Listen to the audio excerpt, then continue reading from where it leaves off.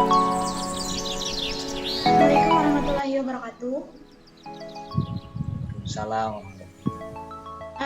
Terima kasih Pak sudah mau bergabung di room meeting saya. Perkenalkan, nama saya Selvia Monica, mahasiswi IN Palangkaraya, Prodi Tadris Bahasa Inggris. Tujuan saya di sini untuk mewawancarai Bapak mengenai kurikulum dan silabus desain nasional pendidikan Indonesia. Untuk mempersingkat waktu, kita mulai saja, bagaimana Pak? Ya, bisa. Silakan. Baik, pertama-tama silakan Bapak perkenalkan diri dulu. Oh gitu ya? Ini. Oke. Perkenalkan, nama saya Budi Wijaya. Saya guru sejarah, mengajar di SMA. Mengajar sejak mungkin tahun 2010 udah pernah mengajar.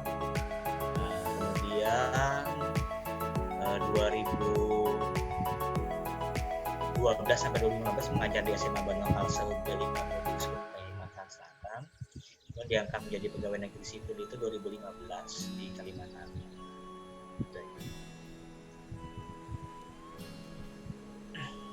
Baik, untuk perkenalannya sudah Pak? Ya, sudah. Itu aja. Baik, perkenalannya sudah. Sekarang kita mulai untuk wawancaranya. Sebelum mulai, untuk mengambil berkahnya, mari kita sama-sama mengucap basmalah. Bismillahirrahmanirrahim. Ya. Untuk pertanyaan saya yang pertama, kenapa Bapak memilih menjadi seorang tenaga pendidik atau guru? Oh ya. Yang pertama, jujur aja nggak ada kepikiran buat jadi guru ya, karena mungkin saat ini juga hampir sama semua peserta didik itu masih bingung ya, lulus SMA tuh mau kemana, mau menjadi apa, kan seperti itu. Nah, kenapa saya menjadi guru? Jujur aja dulu waktu itu ya, pas ada dulu namanya jalur ini ya, tes SNMPTN. Ada pertama itu karena saya dulu IPS, boleh ngambil dua jurusan, dua pilihan lah ya. Pertama itu fakultas ini hukum ya, hukum. Kalau di hukum itu, yang kedua karena ada tetangga lewat gitu kan.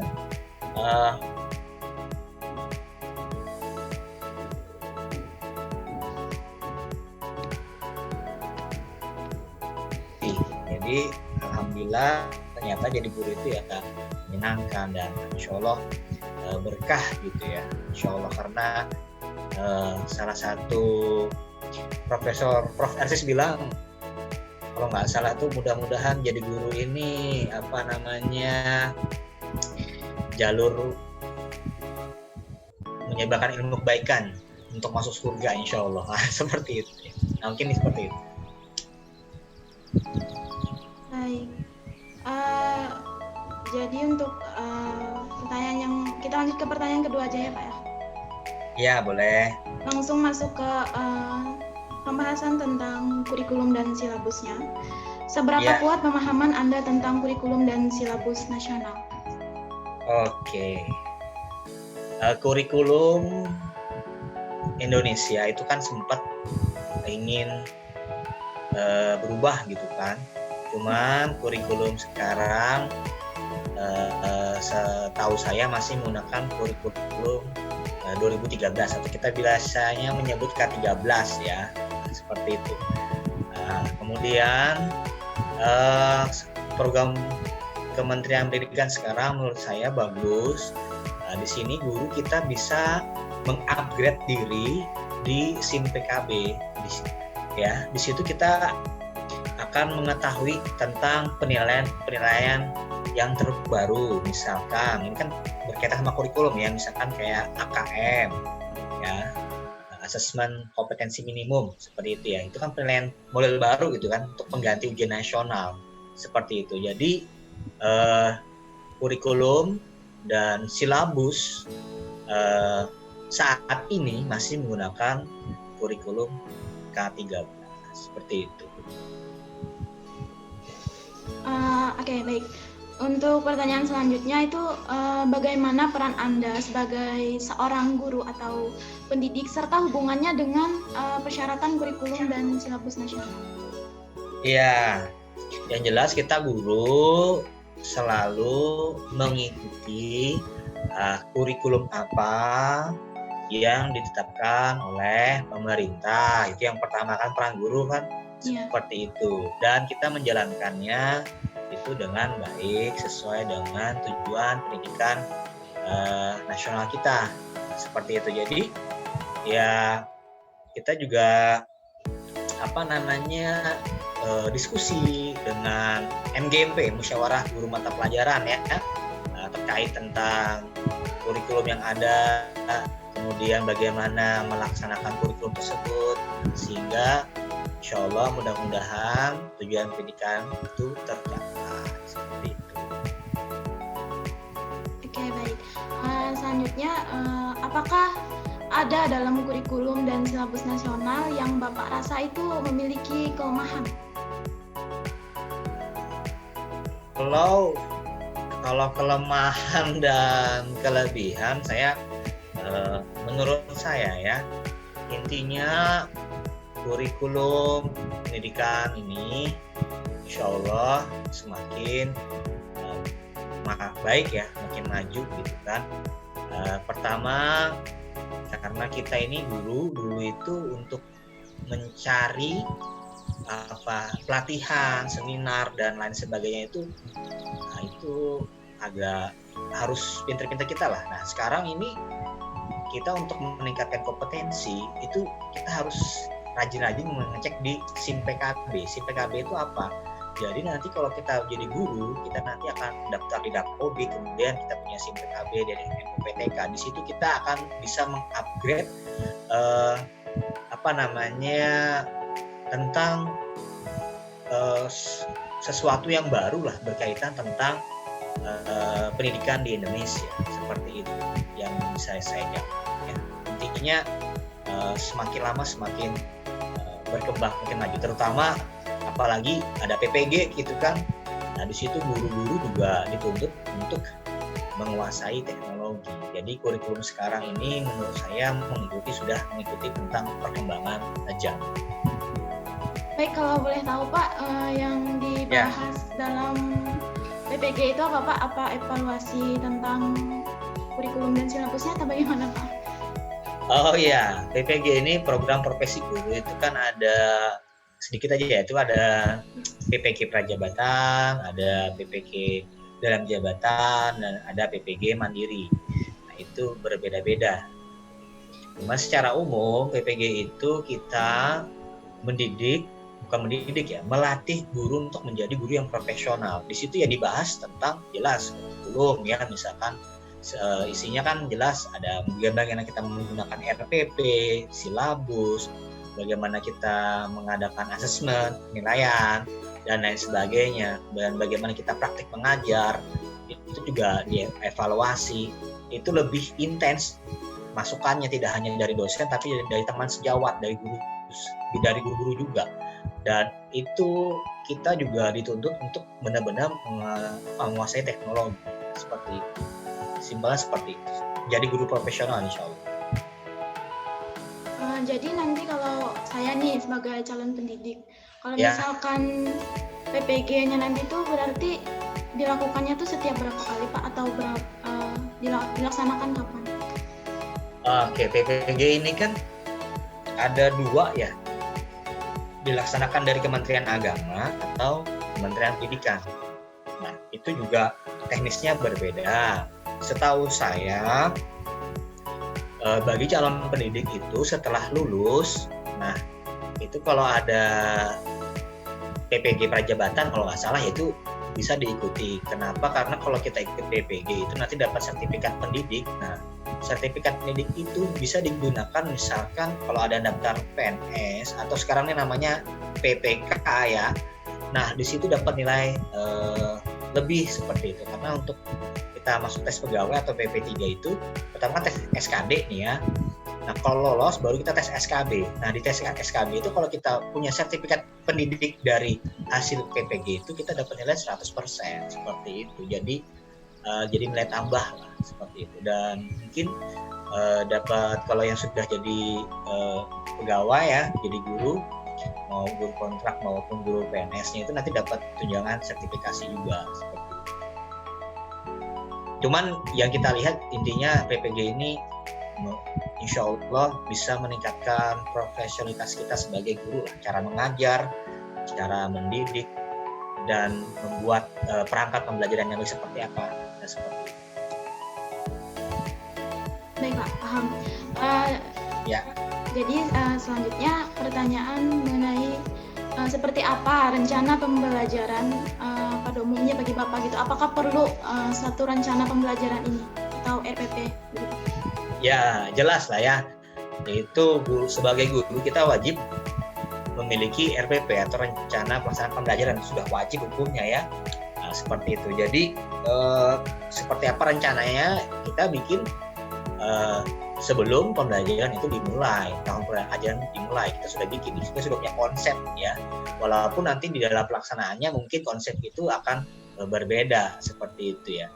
Jadi RPP itu harus dibuat agar kita sebagai guru ketika mengajar itu tidak asal-asalan, tidak asal selesai dan lain sebagainya. Dan kompetensi dasar, kompetensi inti materi itu semua bisa disampaikan dengan baik dan dengan tuntas, insya Allah. Seperti itu.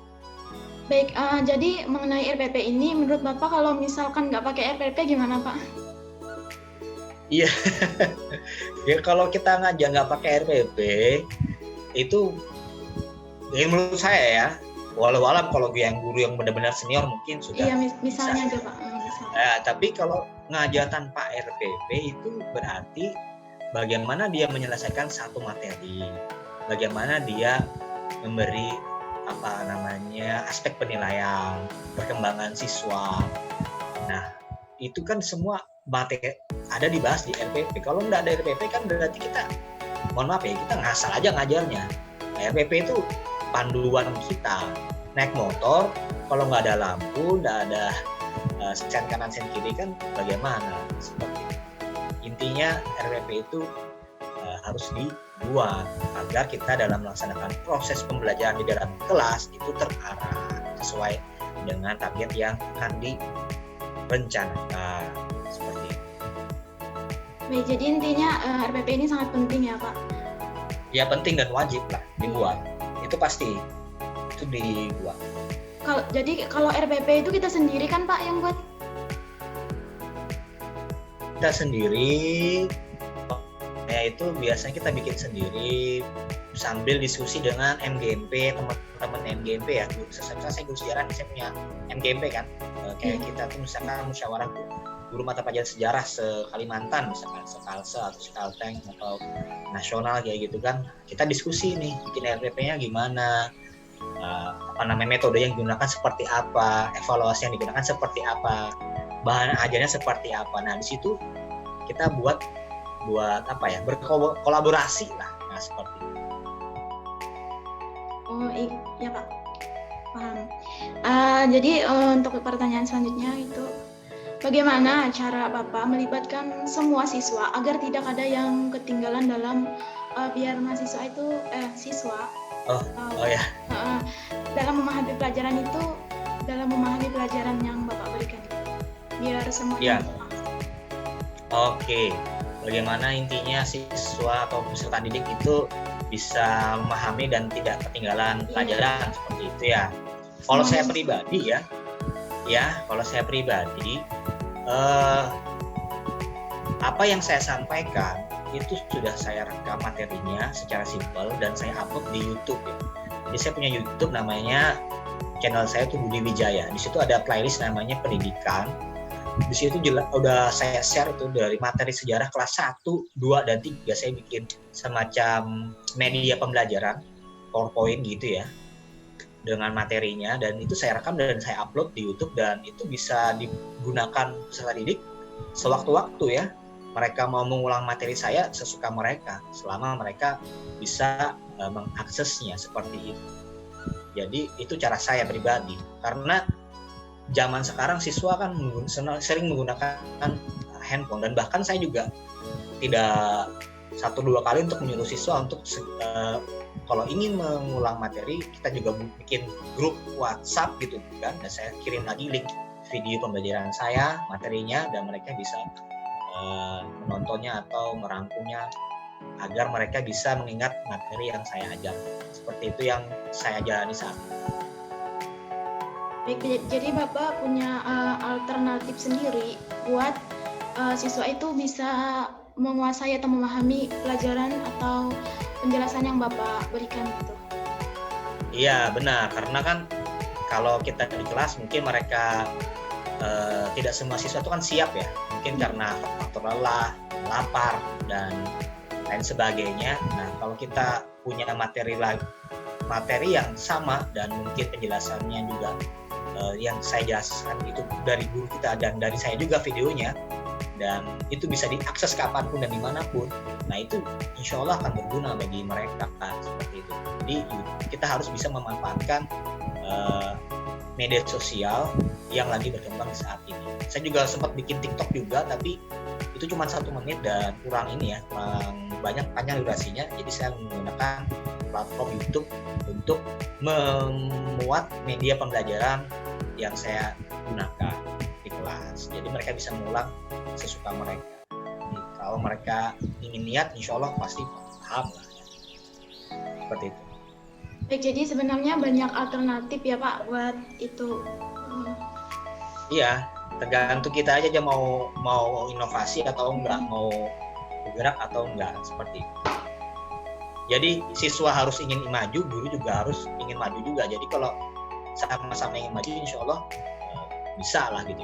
Jangan hanya guru ingin maju, siswanya juga malas-malasan, ya agak susah juga, seperti itu. Baik, kita lanjut ke pertanyaan selanjutnya aja ya Pak. Iya.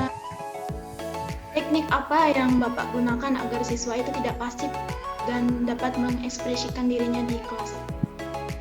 Oke.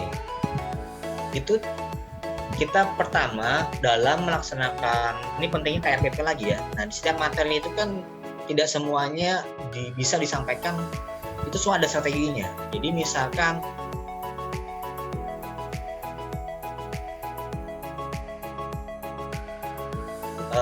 problem based learning, apakah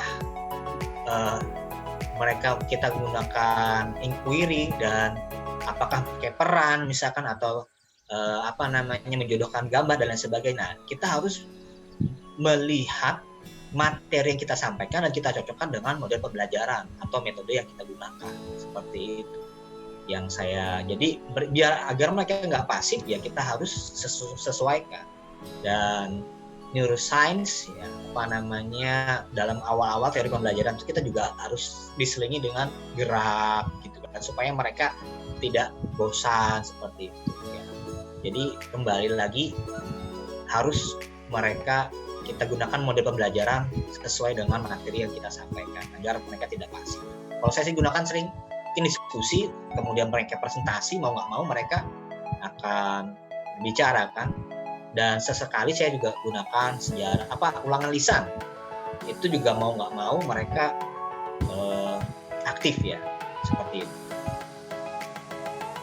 Selama pengalaman Bapak mengajar atau menjadi pendidik itu ada pernah nemuin peserta didik yang itulah Pak, yang pasif, susah banget gitu mau mengekspresikan dirinya di dalam kelas itu malu atau bagaimana gitu Pak? Bagaimana cara Bapak? Ya, kita kan sebagai guru, kita punya kompetensi, kita diwajibkan harus bisa memiliki kompetensi sosial, kompetensi pedagogi, kompetensi kepribadian, dan kompetensi profesional. Nah, kita bisa melihat bagaimana kondisi siswa itu kan berbeda-beda. Ada yang ekstrovert, ada yang introvert, bahkan ada yang ambivert. Nah, kalau melihat apakah Bapak pernah lihat yang pasif, ya pasti pernah ya, dan itu pasti ada, biasanya pasti ada. Dan saya biasanya membuat mereka itu aktif ya, mau tidak mau mereka tes lisan. Itu yang pertama. Yang kedua, saya kumpulkan dengan diskusi kelompok dengan orang-orang yang aktif, seperti itu. Atau yang ketiga, saya kasih tugas untuk presentasi ya dalam bentuk video mungkin dan lain sebagainya, yang membuat dia itu bisa public speaking lah atau tampil di muka umum. Itu melatih keterampilan sosial ya, agar siswa ini tidak bisa berkomunikasi dengan baik di masyarakat nanti, seperti itu. Baik, kita lanjut ke pertanyaan selanjutnya. Ya.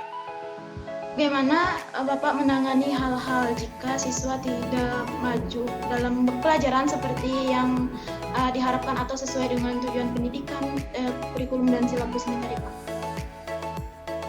Tidak maju, oh ya. Sebenarnya. Tidak ada kemajuan. Oh ya. Menurut saya ya, peserta didik itu tidak ada yang bodoh ya. Jadi kepintaran siswa itu tidak hanya dilihat dari nilai. Jadi ada kan oleh karena itu dalam penilaian kita ada penilaian sikap, psikomotor, keterampilan, dan kognitif kan seperti itu. Nah, itu kan siswa nanti ada yang pintarnya di kognitif, ada lemahnya di sikap, ada yang pintarnya di sikap, ya, ada lemahnya di kognitif, begitu seterusnya. Jadi mereka memiliki kemajuannya di ketiga aspek itu menurut saya. Jadi kalau bagaimana ketika mereka tidak ya, kalau misalkan di pengetahuan ya berarti kita gunakan yang namanya remedial. Seperti kalau di sikap kurang bagus ya kita panggil 4 mata, ini sikapnya kurang bagus. Nah, seperti itu cara mengevaluasinya. Baik, pertanyaan selanjutnya, bagaimana Bapak menilai siswa? Apakah dengan metode evaluasi setelah pembelajaran atau metode sematif atau bagaimana, Pak? Oke, nah ini kembali lagi ke RPP ya. Jadi sebenarnya menurut saya penilaian itu kan tidak hanya sumatif. Sumatif dalam artian ini kan per periode ya, misalnya semesteran, ulangan, UTS itu kan masuk dalam kategori sumatif kalau tidak salah. Nah, pentingnya RPP itu adalah di setiap RPP itu seyogianya kita sudah memberikan 3 penilaian dari sikap, keterampilan, dan pengetahuan. Nah, sikap ini contohnya apa? Bagaimana dia di kelas, ya, ribut tidak, aktif tidak. Nah, itu kita sudah lihat. Di RPP kan sudah kita buat itu pedoman penilaiannya. Kalau keterampilan tuh bagaimana mereka ketika diskusi misalkan, atau mereka presentasi itu bagaimana, itu ada pedomannya. Ya, penilaiannya. Kemudian terakhir pengetahuan, dan ini kita kasih soal mereka. Misalkan setelah kita menyampaikan materi, kita kasih soal 1, 2, 3 soal cukup ya menurut saya, atau 5 misalkan. Dari situ kelihatan apakah materi hari itu mereka bisa jawab atau tidak. Nah, seperti itu. Dan itu cara saya menilai peserta didik seperti itu. Baik. Pertanyaan selanjutnya, bagaimana Bapak memantau kemajuan siswa dan memastikan kurikulumnya sepenuhnya tercakup atau sesuai gitu, Pak? Ya, jelas dengan ulangan ini ya. Pada ulangan harian biasanya. Ini gimana ulangan harian, ya kan? Kemudian tugas-tugasnya bagaimana, kemudian apakah perubahan sikapnya juga bagaimana. Itu biasanya sih memantaunya itu setelah mungkin kita 1 bulan, 2 bulan atau masa-masa UTS itu kelihatan perkembangannya, baik dari sikap, pengetahuan, dan keterampilan tadi, seperti itu. Baik, jadi untuk pertanyaan yang selanjutnya ini gimana jadi tinggal. Bagaimana Bapak membuat pelajaran Bapak itu di kelas itu jadi menarik dan menyenangkan, siswa itu tidak bosan, dan pokoknya ya gitulah Pak, nggak mudah bosan gitu. Bagaimana Pak? Iya. Ini banyak kan para mahasiswa ketika membuat skripsi itu kan tentang PTK ya, penelitian tindakan kelas. Lah itu banyak sekali judul-judulnya, bagaimana meningkatkan motivasi siswa, bagaimana meningkatkan nilai siswa, dan sebagainya. Itu hampir pasti tiap tahun ada membahas seperti itu. Dan cara saya ya apa namanya, tergantung ini ya, tergantung dari jam masuk saya. Jam masuk itu sangat mempengaruhi. Tapi kembali lagi di RPP. Nah, kita kan udah tahu nih, ini kita nanti masuknya materinya ini nih. Ini apa yang bisa membuat siswa itu bisa menarik. Nah, ini ada namanya persepsi.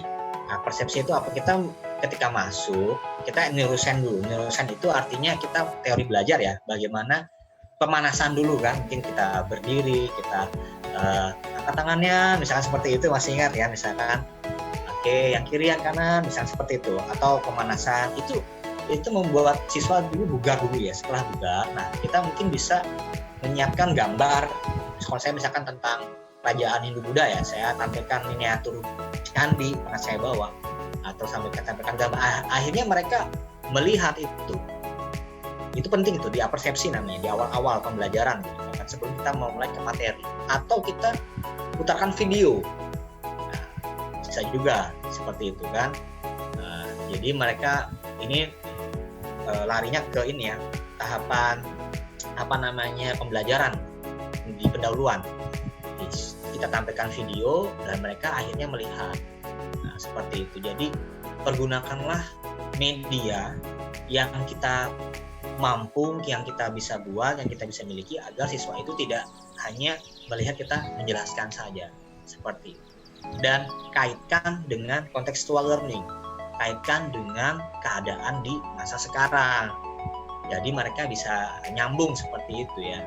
Jadi misalkan ya tentang kerajaan misalkan kan, di Kalimantan Tengah ada nih, di Istana Kuning, di Pangkalan Bun. Nah, itu kerajaannya bercorak apa agamanya, dan akhirnya mereka ada minat untuk belajar seperti itu. Sambil kita sisipkan juga tentang kepribadian, karakter ya, sopan santun di era sekarang, seperti itu. Biar mereka belajar itu tidak hanya menghafal, berhitung dan sebagainya, tapi ini ternyata penting juga nih di kehidupan kita sehari-hari, seperti itu. Baik, ada lagi yang mau saya tanyakan Pak. Misalkan boleh. Meskipun saya kan alumni peserta didik Bapak gitu. Misalkan saya sekarang ini kan, apalagi di masa pandemi ini kan pasti agak berbeda, seperti yang Bapak jelaskan tadi tuh, alternatif pelajarannya itu kan berubah. Misalkan saya sekarang nih Bapak ngajarin dalam kelas. Apa yang mungkin dapat saya lihat lagi di dalam kelas Bapak itu yang menarik gitu Pak? Yang baru, hal-hal yang baru itu Pak. Jadi kalau pembelajaran daring ini kan beda-beda sekolah ya, dan tergantung dari zona COVID juga beda-beda. Kalau menggunakan daring, mau nggak mau kan kita gunakan Google Classroom atau Zoom ya, dan lain sebagainya. Ada juga yang tatap muka, namun kita terbatas juga. Pada intinya kita mau tidak mau kita harus menggunakan teknologi. Ya, kita harus bisa menguasai teknologi. Nah, seperti itu. Jadi bagaimana supaya menarik ya, jangan kita memberi materi, misalkan tentang kerajaan lagi misalnya, atau tentang proklamasi. Kalau bisa yang membuat itu kita. Jadi mereka melihat, ini guru saya. Jadi mereka melihat menarik. Nah, seperti itu yang pertama. Yang kedua, menggunakan animasi misalkan, atau kita buat channel YouTube khusus untuk media pembelajaran kita tuh banyak tuh ya, kita kasihkan di YouTube. Nah, kita nanti kasih link ke mereka nanti bisa nonton, karena kan mereka juga dapat kuota dari Kemendikbud juga kan. Jadi mereka bisa lihat seperti itu. Kadang-kadang juga bisa kita selipkan games seperti itu, misalkan games itu dalam artian dan kalau benar tinggal Bang Misku misalnya, kalau benar bisa ini ya, bisa dapat misalkan pulsa kayak atau gimana seperti itu, dapat nilai tambahan atau dapat pujian, mereka udah senang tuh. Siswa itu sebenarnya senang dikasih apresiasi. Wah, kamu hebat, bagus, sebutkan namanya. Nah, seperti itu, hal-hal seperti itu. Kita posting dia di media sosial kita, di Instagram kita atau di Facebook kita, itu bikin mereka senang. Seperti itu sih, apa menurut saya. Dan jangan ini ya, jangan sungkan-sungkan untuk memuji siswa. Memuji. Ya. Memuji kan memuji Pak? Memuji. Oh iya, memuji. Iya. Kenapa Pak? Iya, kan itu kok salah satu kompetensi kita sebagai pendidik kan. Misalkan kalau ada siswa itu kita kasih pertanyaan nih, siapa yang bisa jawab? Misalkan, oh si A misalkan. Nah kita kasih pujian. Kalau dia benar, kalau dia salah, oh iya terima kasih. Tepuk tangan dulu. Jawabannya masih kurang tepat ya. Oh kamu salah kamu, jangan. Oh bagus, jawabannya kurang tepat tapi nggak apa-apa. Yang penting kamu berani maju, karena tidak semua orang untuk berani. Siapa lagi seperti itu. Jadi kita harus bisa memberikan nilai-nilai positif, energi positif agar siswa itu juga senang sama kita. Jadi kalau kita memberikan yang positif kan siswa juga positif juga sama kita. Seperti itu. Oke, baik. Sebenarnya pertanyaannya sudah sudah habis, tapi banyak hal sebenarnya yang mau saya tanyakan sama Bapak. Terakhir nih Pak. Oh ya. Oke. Bapak kan sebagai sudah seorang pendidik berpengalaman sudah lama gitu. Apa saya tanya ke Bapak? Saya kan sebagai calon pendidik nih. Mungkin saya mempersiapkan ada beberapa persiapan untuk kedepannya kalau saya misalnya jadi seorang pendidik lulus ini nanti. Terus menurut Bapak apa lagi yang perlu saya persiapkan untuk menghadapi itu semua? Oke. Intinya kan guru ini menurut saya kalau yang apakah mau lanjut jadi dosen, kalau menjadi dosen berarti kita ngambil S2 kan seperti itu.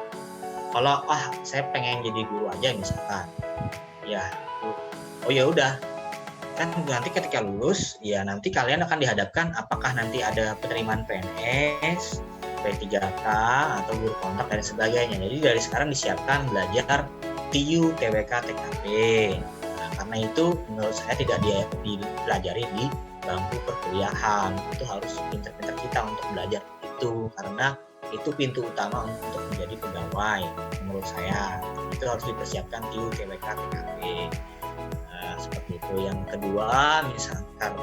kedua adalah kalau ada PPG itu bisa diikuti, karena itu merupakan sebuah bukan kalau kita ke PPG insya Allah banyak manfaatnya yang saya sebutkan tadi. Yang ketiga, banyak sering-sering bersiap untuk ini ternyata lowongan bahasa Inggris misalkan yang berbahasa Inggris ya tidak ada nih di Kalteng misalkan, ada di Kalteng tapi di daerah ini misalkan, kita harus siap strateginya dan sebagainya. Kalau ingin jadi pegawai ya kan guru tuh kamu harus lihat formasinya, jadi jangan asal daftar ya, hal-hal seperti itu harus dipersiapkan. Oh nih bagaimana teknik supaya diterima di sini dan sebagainya, itu harus dipersiapkan. Banyak-banyak teman dan banyak-banyak belajar untuk persiapan mungkin jadi tes PNS tadi, P3 dan P3K. Seperti itu sih. Kalau untuk pembelajaran meng-upgrade skill itu kan bisa dilihat di YouTube juga banyak cara mengajar dan sebagainya. Namun kalau persiapan yang saya bilang tadi itu kalau tidak kita siapkan dari sekarang itu agak bahaya, karena persaingan itu semakin banyak guru prodi yang sama di fakultas A, di universitas A, B dan C itu baru di satu provinsi, belum 2 provinsi. Karena ketika kita mencari pekerjaan nanti kita akan bersaing dengan berbagai macam lulusan dari berbagai macam daerah, universitas, seperti itu. Dan itu benar-benar diuji bagaimana kita untuk meraih cita-cita yang kita inginkan, seperti itu. Baik, jadi intinya perlu banyak yang kita persiapkan ya Pak, terutama ya. Iya. Jadi intinya tuh belajar dan kesiapan kita. Ya jangan lupa ini juga kalau bisa belajar ngedit video dan buka channel YouTube, karena itu penting sekali ya, karena guru itu sama teknologi sekarang itu sudah guru harus bisa lah ya. Dari sekarang juga belajar YouTube penting sekali. Ya benar Pak. Berhubung waktunya sudah mau habis, jadi Ya. untuk wawancara atau interviewnya pada hari ini saya cukupkan. Alhamdulillah, terima kasih Bapak atas jawaban-jawaban yang sudah Bapak berikan. Insya Allah dapat saya cerna dan dapat saya terima, dapat saya terapkan di kehidupan Amin. saya. Dan semoga apa yang kita lakukan hari ini diridhoi Allah Subhanahu Wa Taala, dan semoga Bapak dan keluarga semua sehat selalu. Amin. Saya akhiri, mari bersama-sama kita mengucap hamdalah, Alhamdulillah. Terima kasih Pak atas Ya, waktunya. sama-sama. Saya akhiri. Assalamualaikum warahmatullahi wabarakatuh. Waalaikumsalam warahmatullahi wabarakatuh. Sukses. Terima kasih Pak. Bapak boleh Sama-sama. keluar. Oke. Rin, kayak bener Rin, recordnya sudah selesai. Mana dia? Awalnya tadi tuh